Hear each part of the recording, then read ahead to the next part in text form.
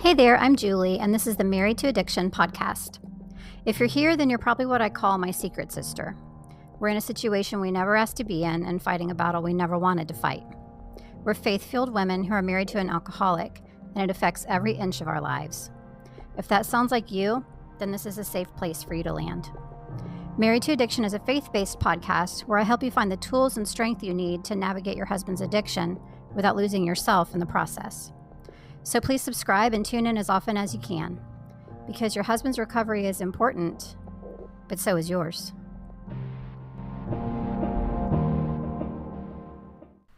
Hey, I wanted to make sure that you were aware that beginning today, October 24th, 2024, the Blessed Family Recovery Summit, which we actually talked about in the last episode, is officially kicking off. So I am one of 16 speakers that have been brought together for this. And this summit is really important for you as a wife of an alcoholic because it is focused specifically for families of addicted loved ones. So there are 16 speakers in total. My presentation goes live today.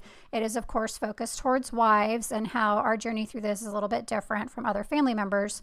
But this summit is going to be a really great opportunity for you to just come and be uplifted and supported and get a lot of guidance from, like I said, 16 expert speakers that are going to be speaking specifically to you as a family member with an addicted loved one. So please make sure that you go and sign up for this. It's not too late, but you got to do it now because, again, it starts today, Thursday, October 24th. I want to make sure that you don't miss your chance to catch all of this amazing content that's going to be coming your way for the next 3 days. So just head right now to blessedfamilyrecoverysummit.com so you can grab your free ticket. I'll see you there. Hello, and welcome in to episode 103 of the Married to Addiction podcast. Today's episode is called Worst Case Scenario. So I wanted to talk about this today because I spent so much time ruminating on my worst case scenario back when my husband was deep in addiction. So for me, I wanted my marriage to survive. So a worst case scenario that I thought about a lot was divorce. I thought about what I would do if that happened. Where would I live? I stressed out about maybe having to get a different job. I worried a lot about what it would do to my kids. I also would think about, how could I live a life without my husband because I still loved him very much.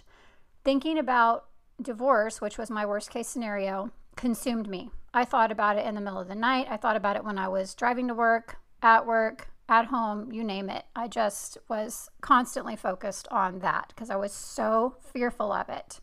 So what I want you to do is, before we start out here, I want you to just take a minute to think about what your worst case scenario would be.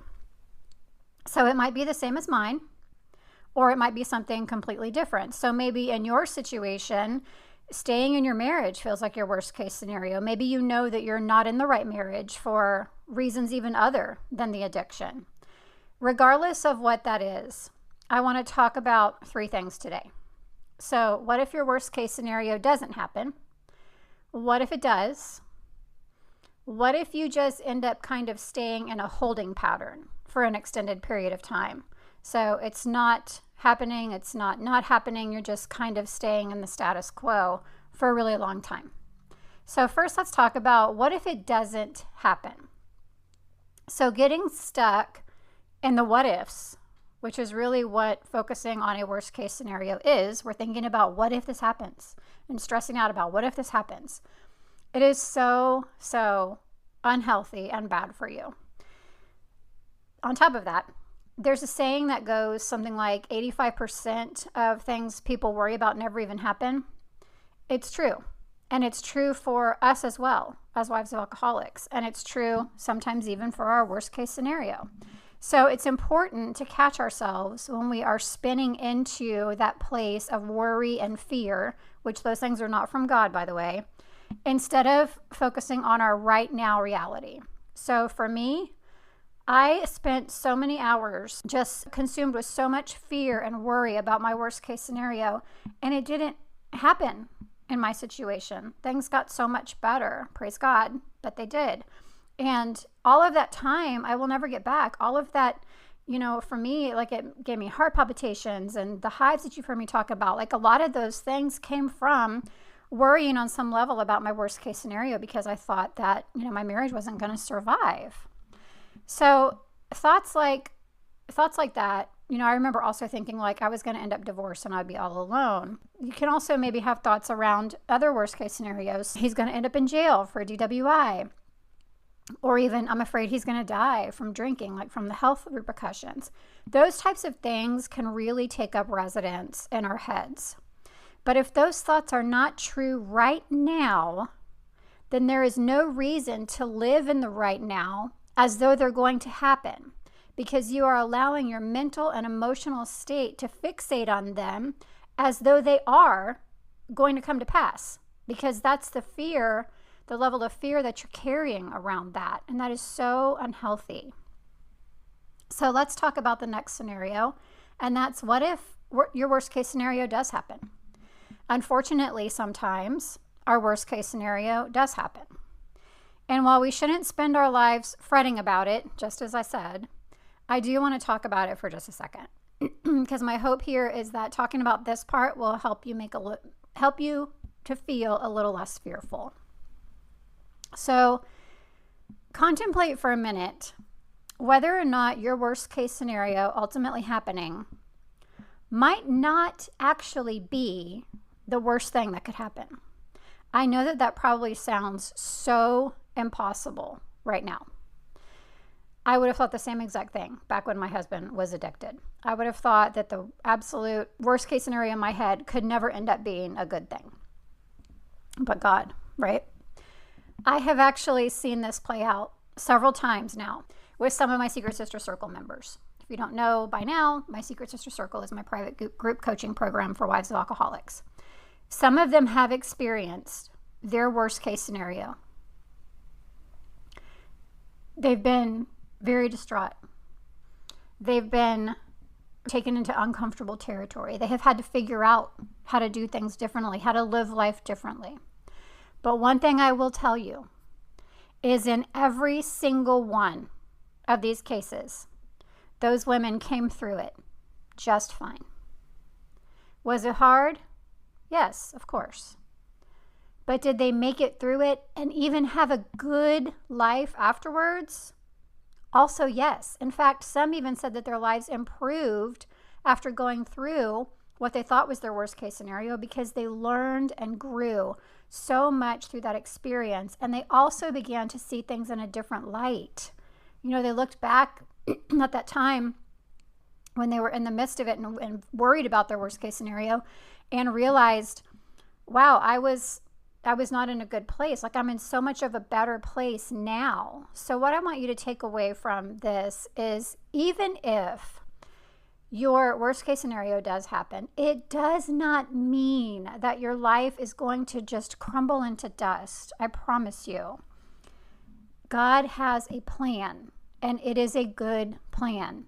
And as I said, in many of these cases, these ladies' worst case scenarios coming true actually ended up being the foundation for a better future for them. And lastly, what if you just stay in a holding pattern for an extended period of time? So sometimes before we know whether or not our worst case scenario actually is or isn't going to transpire, we're in a holding pattern for a good long while. I was actually in a holding pattern for years, waiting to see how things were actually going to ultimately play out in my situation, because I knew that I didn't want to get a divorce, but I also knew that the way I was living was killing me. And sometimes I felt like I might have to leave the marriage just to save myself. Is that you too? Is that something that you can relate to? Do you feel like right now you're just kind of in a perpetual holding pattern? Well, if that's the case, I want you to know that you don't have to be a victim of it. You can learn to live your life outside of the pressure of your worst case scenario, even while you wait in a holding pattern. You can learn to be okay if the worst case scenario doesn't happen, or even if it does. You can use this time to learn and grow and heal, even if you are still in a holding pattern. That's why focusing on your recovery is so important, because it teaches you how to be okay no matter what. So I encourage you to begin that journey today if you haven't already.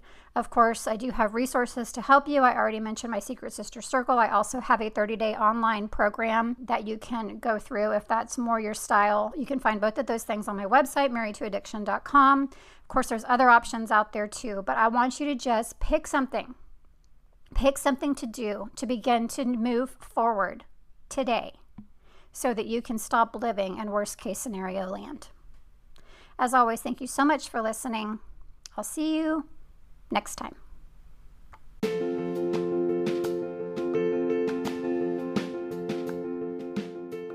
Quick question for you before I let you go today. Have you been to the Married to Addiction website? If you haven't, I would love if you would go pay it a visit. It's just marriedtoaddiction.com. And over there, you can see just a lot of different information about my podcast. There is a blog on there. There's some free resources for you. And there's also a few ways that you can actually get some help if you need a little more help and direction and support as you travel this difficult path with your addicted husband. So if you haven't yet, please go visit marriedtoaddiction.com. Thanks so much.